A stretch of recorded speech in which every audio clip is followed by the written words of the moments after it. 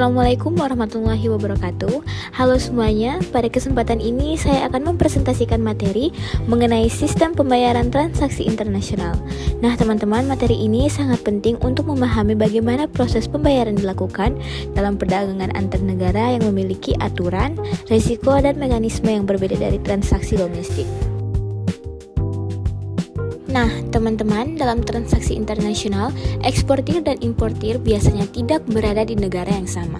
Mereka menggunakan mata uang yang berbeda, jaraknya berjauhan, dan seringkali belum saling mengenal. Karena itu, dibutuhkan sistem pembayaran yang aman, jelas, dan disepakati sejak awal agar transaksi berjalan dengan lancar.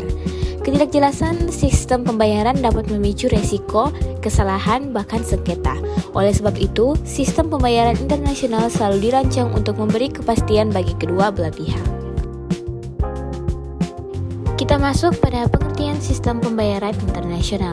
Sistem pembayaran internasional adalah mekanisme pembayaran yang digunakan dalam transaksi perdagangan antar negara. Pembayaran ini dilakukan berdasarkan kesepakatan antar penjual dan juga pembeli, dan hampir selalu melibatkan bank untuk menjamin keamanan.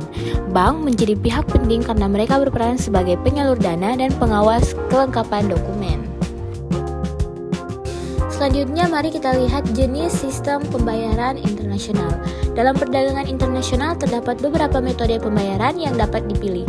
Masing-masing metode memiliki tingkat keamanan dan juga risiko yang berbeda. Ada metode yang sangat menguntungkan penjual, ada juga yang cenderung menguntungkan pembeli.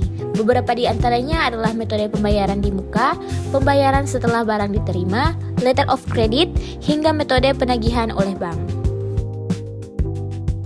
Selanjutnya yaitu advance payment, yang dimana advance payment ini adalah metode pembayaran di mana pembeli membayar terlebih dahulu sebelum barang dikirim.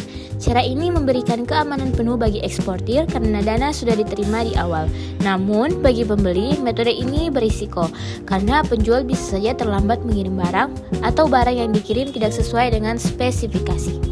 Dalam praktiknya ada dua variasi sistem ini. Pertama, payment with order, yaitu pembayaran penuh di awal. Dan yang kedua, partial payment, yaitu pembayaran sebagian saja terlebih dahulu. Selanjutnya yaitu open account. Pada open account ini, eksportir harus mengirim barang terlebih dahulu dan pembeli baru melakukan pembayaran setelah barang diterima. Sistem ini sangat menguntungkan pembeli karena ia bisa memastikan kualitas dan kesesuaian barang sebelum membayar. Namun, dari sisi penjual, risiko ini cukup besar karena pembeli bisa saja terlambat membayar, bahkan tidak membayar sama sekali. Karena itu, sistem ini hanya digunakan oleh pihak-pihak yang sudah saling percaya. Nah teman-teman, selanjutnya kita akan membahas mengenai letter of credit. Jadi letter of credit ini adalah surat jaminan dari bank atas permintaan importir yang memastikan eksportir akan menerima pembayaran. Selama eksportir menyerahkan dokumen yang sesuai, bank akan membayar. Letter of credit ini adalah metode paling aman dan paling banyak digunakan dalam transaksi internasional karena memberikan kepastian bagi kedua belah pihak eksportir dan terlindungi dari gagal bayar, dan importir terlindungi dari resiko barang tidak dikirim.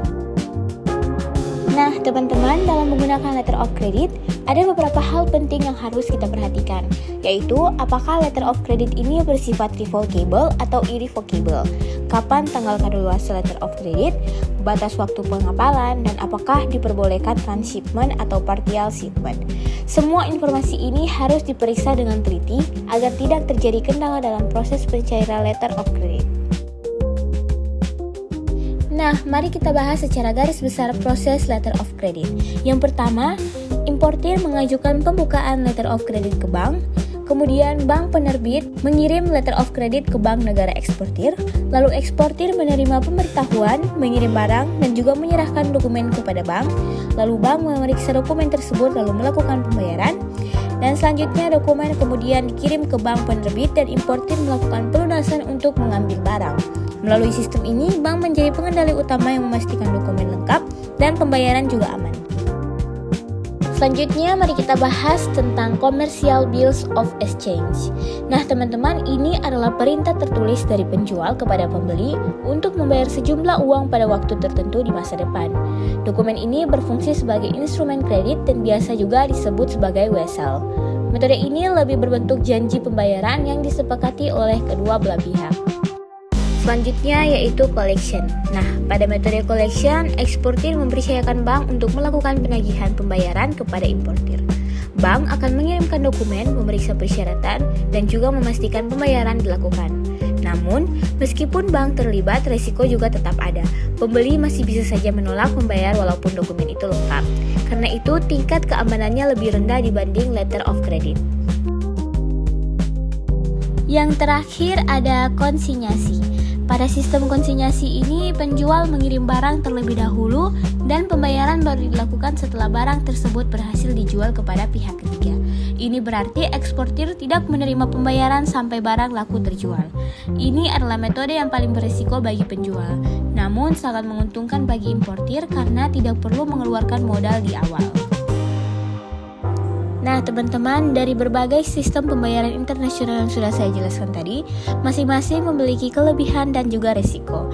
Advance payment menguntungkan bagi penjual, open account menguntungkan bagi pembeli, sedangkan letter of credit menjadi yang paling aman karena memberikan perlindungan bagi kedua belah pihak. Pemilihan metode sangat bergantung pada hubungan bisnis dan juga tingkat kepercayaan dan kesepakatan dalam kontrak. Sekian presentasi video mengenai sistem pembayaran transaksi internasional. Saya harap penjelasan materi saya bisa diterima dengan baik. Sekian presentasi saya, terima kasih.